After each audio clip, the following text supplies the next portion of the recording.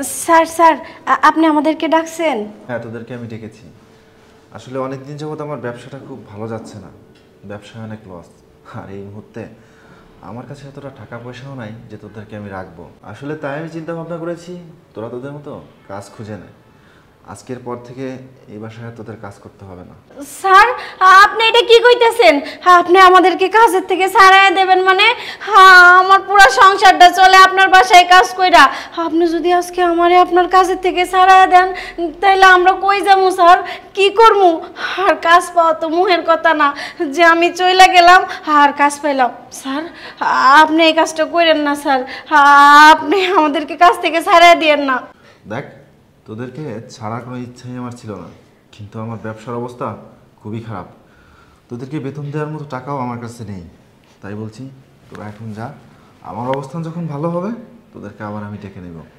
Sir আমি একখান কথা কই কি, আপনি এক কাজ করেন, আপনার এখন খারাপ সময় হয়েছে তো কি হয়েছে, তাই বলে কি আমরা কাজ ছেড়ে চলে যাব আপনার বিপদে রাইখা? আপনি নিশ্চিন্তে থাকেন স্যার, আপনার সমস্ত কাজ আমরা কইরা দিমু, কিন্তু আমাদের কোনো বেতন লাগবে না স্যার। আপনি দুঃসময়ে আমাদের পাশে দাঁড়াইছিলেন স্যার, আমাদের কাজ দিছিলেন, আমাদের সংসার চলছে, আর আজকে আপনার বিপদ বলে আমরা আপনারে ফালায় চলে যাব?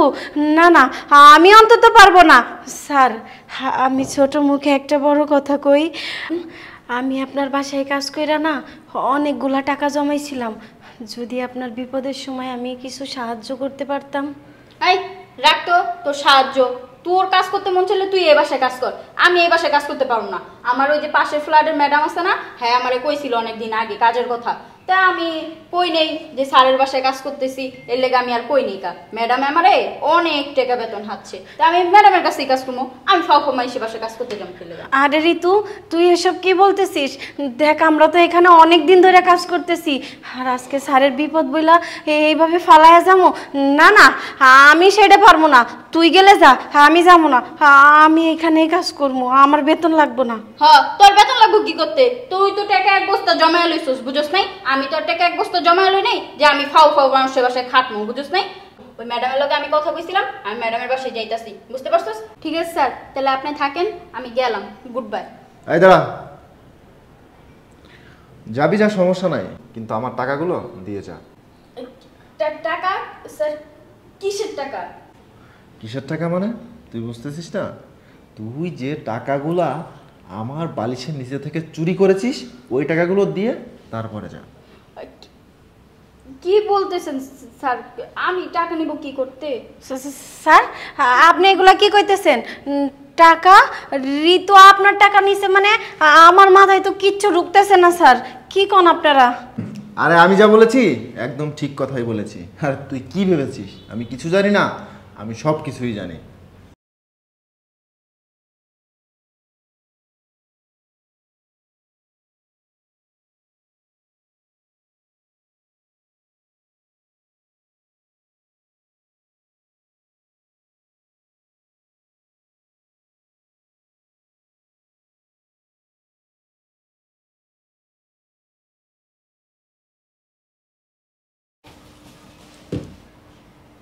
দেখছো স্যার টেবিলটারে কি কইরা রাখছে, একটু যে ঠিক কইরা রাখবে জায়গার জিনিস সেটাও রাখে না। ম্যাডাম যদি থাকতো স্যারের যে কি হাল করতো বুঝি না। আরে টাকা, এতগুলো টাকা এইখানে রাখছে।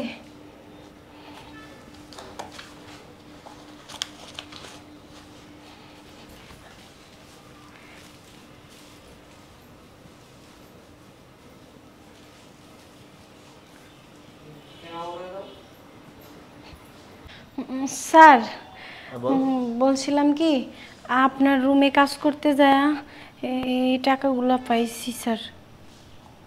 আচ্ছা ঠিক আছে, সমস্যা নাই, যা। আচ্ছা ঠিক আছে। এবার বুঝতে পেরেছিস কিসের টাকা? আরে আমার এই বাসা থেকে মাঝে মাঝে টাকা চুরি হয়, আর আমার এই বাসায় তোরা দুজন ছাড়া তো আর কেউ নেই, কেই বা টাকা চুরি করবে? আমি কিছুতেই ধরতে পারছিলাম না কে আমার টাকাগুলো চুরি করে, তাই আমি একটা প্ল্যান করি, আর প্ল্যান মোতাবেক আমি টাকাগুলো ওখানে লুকিয়ে রেখেছিলাম, আর আমি আজ টের পেলাম কে আমার টাকাগুলো চুরি করে। আরে আর একে দেখ, এ কি করেছে, টাকাগুলো পেয়ে আমাকে ফেরত দিয়েছে, একেই বলে সৎ লোক। তোর মতো কাজের লোককে আমার বাসায় কোনো প্রয়োজন নেই, তুই চলে যা, কিন্তু যাওয়ার আগে আমার টাকাগুলো অবশ্যই দিয়ে যা। আরে নূপুরকে দেখ, নূপুর কি করেছে, টাকাগুলো পেয়ে আমাকে ফেরত দিয়েছে। একেই বলে সৎ নিষ্ঠাবান লোক।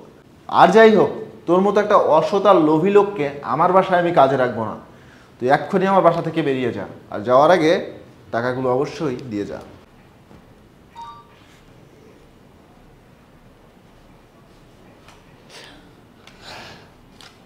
যা, এক্ষুনি বেরিয়ে যা আমার বাসা থেকে।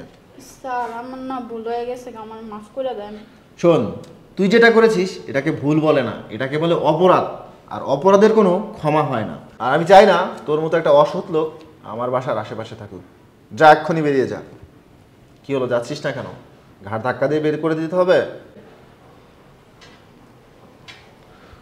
আর এই নূপুর শোন, আমি তোর সততা দেখে মুগ্ধ। এই টাকাগুলো তোর সততার পুরস্কার, নে। না না স্যার, আমি এই টাকা দিয়ে কি করবো? আমার এত টাকা লাগবে না স্যার। আমি নিতে বলছি, তুই এটা নে। না না, আমি একটা কথা কই কি স্যার, আপনার তো এখন সময়টা খুব খারাপ যাইতেছে। আপনি বরং এই টাকাগুলো দিয়া একটা কাজ করেন, তাইলে দেখবেন সব কিছু আবার আগের মতো হয়ে গেছে স্যার। আরে বোকা, আমার সময় খারাপ যাচ্ছে না, আমার ব্যবসায় আরও উন্নতি হয়েছে। আমি শুধুমাত্র এটা পরীক্ষা করতে চেয়েছিলাম যে আমার বাসার টাকাগুলোকে চুরি করে, এই কারণেই প্ল্যানটা করা। আমি তোর বড় ভাই হিসেবে দিচ্ছি, এই টাকাগুলো নে, তোর প্রয়োজনে খরচ করবি, নে। স্যার সত্যি কইতেছেন? আপনি অনেক ভালো মানুষ স্যার। আর শোন, আমি একটা চিন্তা ভাবনা করছি যে আগামী মাস থেকে তোকে 5,000 টাকা মাইনে বাড়িয়ে দেবো, ঠিক আছে? সত্যি স্যার? আমার মাইনে বাড়িয়ে দেবেন? আমার সত্যি খুব উপকার হইব স্যার, আমার আর কিচ্ছু চাই না স্যার। আমি টেবিলে খাবার দেই, আপনি আসেন। আচ্ছা ঠিক আছে, যা, আসতে। আচ্ছা। যাক, পৃথিবীতে এখনো ভালো মানুষ আছে।